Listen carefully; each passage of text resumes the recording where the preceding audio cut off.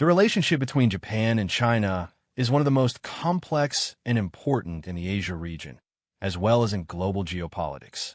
In the relationship between these two nations, history is not just a mere relic of the past, but the very fuel driving today's politics. However, the current geopolitical chessboard is different from the past.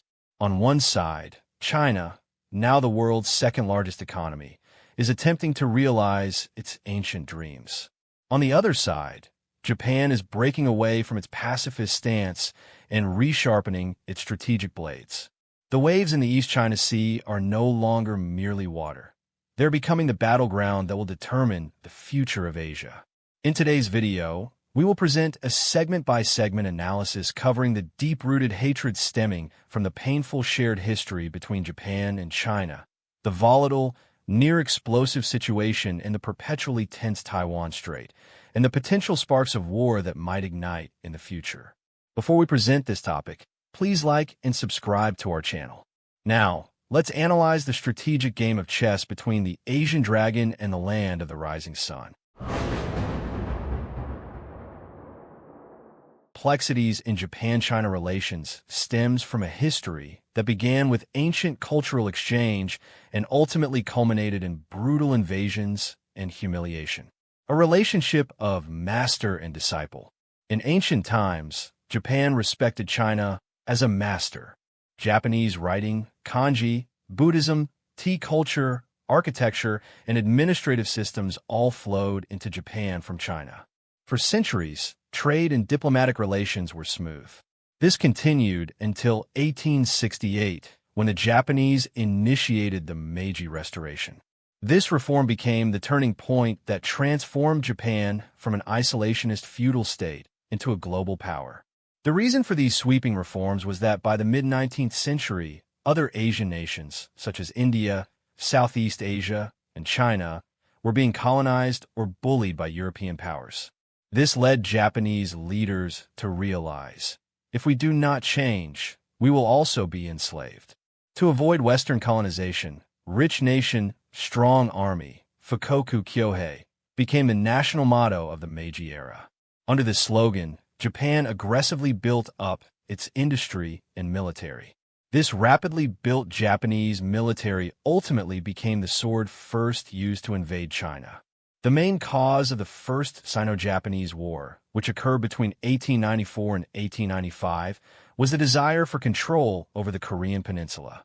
At the time, Korea was a tributary state of China.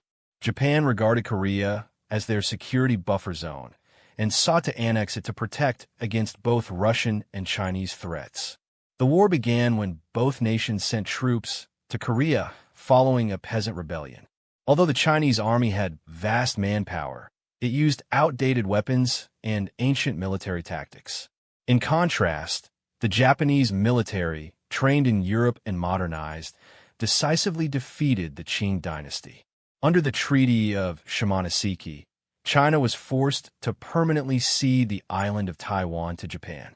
This event marked the beginning of China's half-century of humiliation.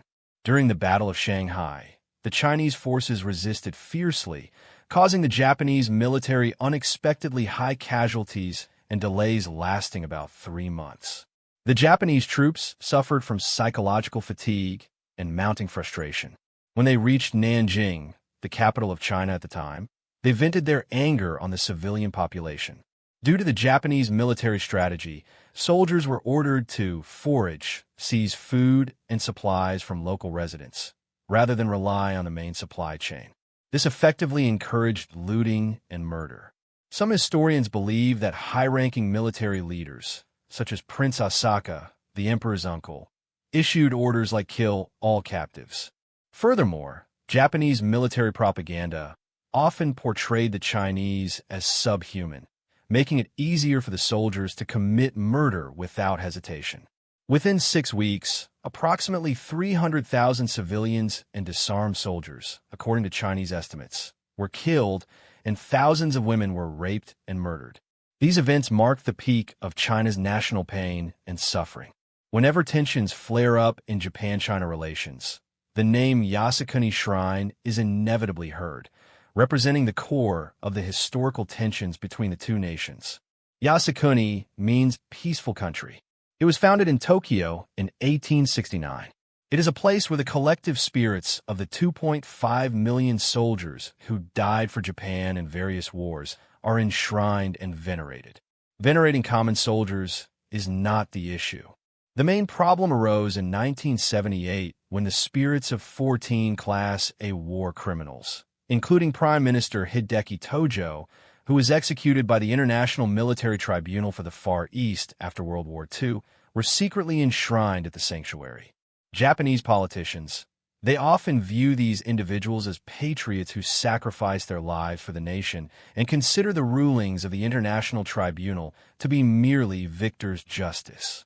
China and Korea, whenever a Japanese prime minister visits the shrine, they view it as Japan endorsing war crimes and showing no remorse for past atrocities. These visits severely impact political and diplomatic relations between the countries. The historical wounds continue to manifest today in the form of territorial disputes and regional security challenges between the two nations. The dispute over the uninhabited islands in the East China Sea, called Senkaku by Japan and Jiaoyu by China, is the epicenter of the gray zone conflict between the two countries. Though small, the islands generate immense political rivalry due to their military and economic value. Economic value. The surrounding seabed is estimated to hold significant reserves of oil and natural gas. Military value. For Japan, the islands are essential as a crucial early warning and air defense identification zone, ADZ. Japan asserts that in 1895, it declared the islands terra nullius, territory belonging to no one, and officially incorporated them. China argues that the islands have been part of their territorial maps since the 15th century, Ming Dynasty. Japan maintains de facto control, and the islands are covered by Article 5 of the U.S.-Japan Security Treaty, classifying them as Japanese territory. This clause serves as a powerful deterrent to China. China, in an effort to avoid a full-scale war, uses its China Coast Guard vessels to frequently intrude into the Japanese-claimed territorial waters. This action is an attempt to gradually erode Japan's practical control and test and challenge the validity of the U.S.-Japan security alliance.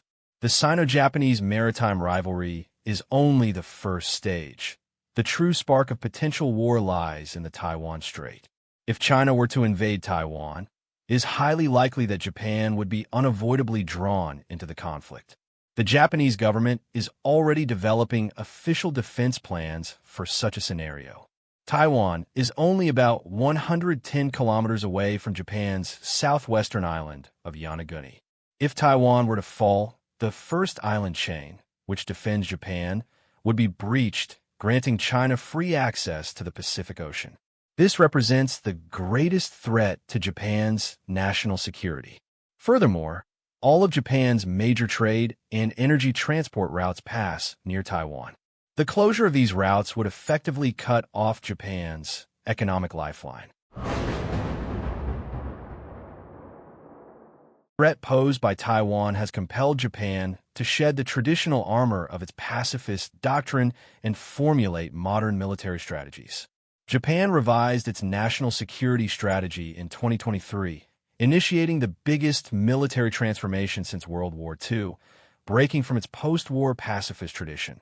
Japan plans to spend a total of 43 trillion yen, $318 billion on defense by 2027, aiming to increase its defense budget to 2% of its GDP. Japan is planning to acquire and deploy long-range cruise missiles capable of striking enemy territory.